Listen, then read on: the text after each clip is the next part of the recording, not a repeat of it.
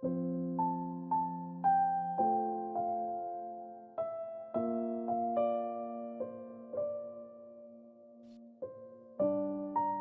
우리에게 허락하신 하나님의 말씀은 요한복음 7장 25절로 36절까지의 말씀입니다. 예루살렘 사람 중에서 어떤 사람이 말하되 이는 그들이 죽이고자 하는 그 사람이 아니냐. 보라, 드러나게 말하되 그들이 아무 말도 아니하는도다. 당국자들은 이 사람을 참으로 그리스도인 줄 알았는가. 그러나 우리는 이 사람이 어디서 왔는지 아노라. 그리스도께서 오실 때에는 어디서 오시는지 아는 자가 없으리라 하는지라. 예수께서 성전에서 가르치시며 외쳐 이르시되 너희가 나를 알고 내가 어디서 온 것도 알거니와 내가 스스로 온 것이 아니니라.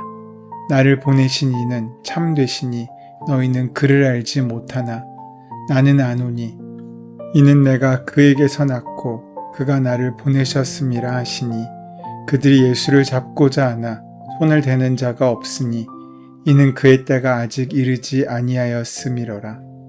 무리 중에 많은 사람이 예수를 믿고 말하되 그리스도께서 오실지라도 그 행하실 표적이 이 사람이 행한 것보다 더 많으랴 하니 예수에 대하여 무리가 수군거리는 것이 바리새인들에게 들린지라.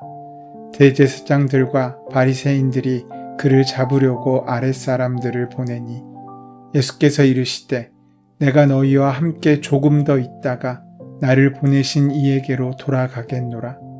너희가 나를 찾아도 만나지 못할 터이요 나 있는 곳에 오지도 못하리라 하시니 이에 유대인들이 서로 묻되 이 사람이 어디로 가기에 우리가 그를 만나지 못하리요. 헬라인 중에 흩어져 사는 자들에게로 가서 헬라인을 가르칠 터인가. 나를 찾아도 만나지 못할 터이요 나 있는 곳에 오지도 못하리라 한 이 말이 무슨 말이냐 하니라. 예수님께서 이 땅에 오셔서 인류를 위해 십자가에 죽으시고 부활 승천하심으로 당신을 드러내 보이셨지만 그분을 알아보는 사람이 있었고 반면에 전혀 알아보지 못하고 깨닫지 못한 사람들도 있었습니다. 신약성경에는 이처럼 주님을 알아보는 자와 그렇지 못한 사람들에 대한 많은 기록들이 있습니다. 그런데 신기한 것은 예수님께서 감추지 않으시고 당신의 모습과 사역을 또 표적을 이 땅에 보이셨지만 예수님을 구주로 깨닫고 안 사람보단 그렇지 못한 사람이 더 많았다는 것입니다.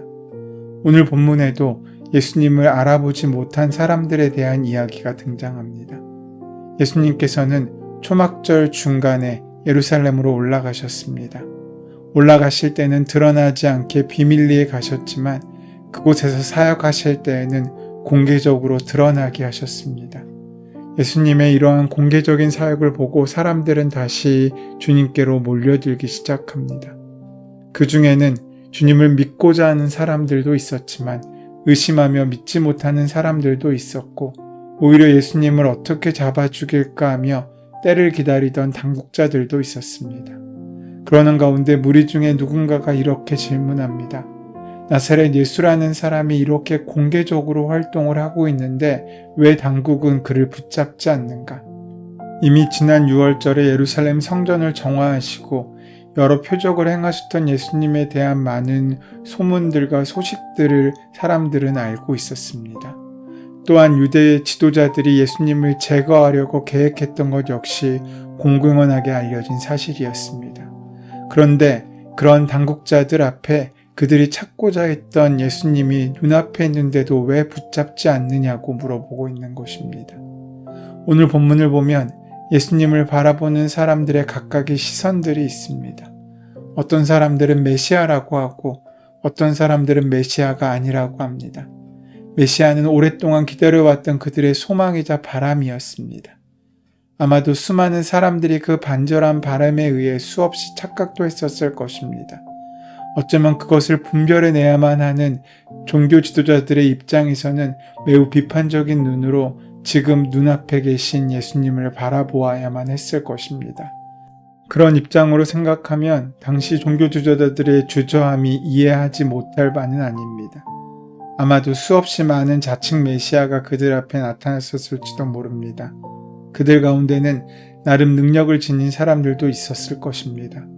그런 와중에 예수님을 바라보며 그들의 판단 기준은 어느덧 예수님께서 보여주시는 어떠한 능력이나 기적에 맞추어져 있었는지도 모릅니다. 오늘 그들의 시각에서 계속된 요한복음의 메시지가 등장합니다. 인간의 판단 기준이란 그저 보이는 것, 느끼는 것, 아는 것이 전부입니다. 예수님께서 오신 곳이 나사렛이라는 것 외에는 그들에게 보이는 것은 없었습니다. 예수님께서 자신들에게 없는 능력으로 기적을 보이시는 것에 놀라는 것 이외에는 그 안에 담긴 사랑과 긍휼은 그들을 보진 못했습니다. 왜냐하면 자신의 생각과 판단의 기준으로 예수님을 보았기 때문입니다. 눈을 즐겁고 놀랍게 만드는 기적은 보았지만 기적에 담겨있는 예수님의 마음과 예수님의 사랑을 그들은 알지 못했습니다. 우리는 늘 내 판단과 내 기준으로 세상을 바라보고 내 기준으로 상대방을 평가하고 정죄합니다. 내 기준에 부합해야만 인정하고 내 마음에 합해야만 옳은 것이 됩니다. 오늘 우리는 그러한 편협한 가운데 사로잡혀 있습니다. 하지만 중요한 것은 내가 알고 내가 보고 내가 느끼는 것이 전부가 아니라는 것입니다. 내가 경험한 것으로 미래를 판단하며 사는 것처럼 어리석은 일은 없습니다. 그렇다면 우리는 한 치 앞도 나아가지 못할 것입니다. 내가 알았던 것에서 한 발자국도 나아가지 않는다면 우리에게 새로운 지식과 은혜는 주어지지 않을 것이고 주어진다고 해도 그것을 받아들이지 못할 것입니다. 신앙은 어쩌면 내 경험의 지경이 깨어지고 나의 상식이 무너지는 경험인지도 모르겠습니다. 내가 바라던 일들이 무너지고 오히려 더 온전한 일들이 일어나는 것을 보며 주님을 찬양하는 것이 신앙인지도 모릅니다. 그러니 오늘도 나를 넘어 더 깊은 세상으로 들어갈 수 있어야 합니다. 또 다른 일들을 기대하셔야 합니다. 어제와 똑같은 일들을 바라지 말아야 합니다. 왜냐하면 오늘 주님께서 우리에게 말씀하시고 우리를 이끄신다면 우리가 순종함으로 그 뒤를 따라갈 때 그때 비로소 우리에게는 새로운 세상의 시야가 열리게 될 것이고 우리를 향해 열어주시는 천국의 귀한 삶을 살 수 있게 될 것이기 때문입니다. 내가 아는 것에 사로잡혀 있는 한 우리는 결코 그 새로움의 자리에 나아갈 수 없습니다. 내가 아는 것이 전부가 아니고 내가 아는 것이 끝이 아니고 늘 하루하루 새로운 일들이 일어나고 새로운 것들이 다가오고 새로운 것들이 나를 채워가는 과정이 바로 성장입니다. 예수님께서 아직 잡히시지 않은 까닭은 예수님의 때가 아직 이르시지 않았기 때문입니다. 예수님은 스스로 오신 것이 아니라 참되신 하나님께서 보내신 것입니다. 그 예수님께서 우리의 눈을 열길 원하시고 우리의 마음을 열어 주님의 마음을 품기를 원하시는 것입니다.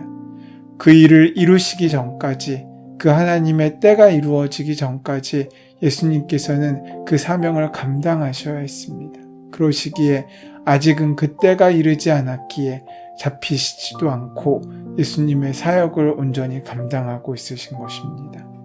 아직 예수님께 손대는 자가 없는 것은 그분의 때가 이르지 않았기 때문입니다. 예수님은 하나님의 섭리에 의해 일하십니다.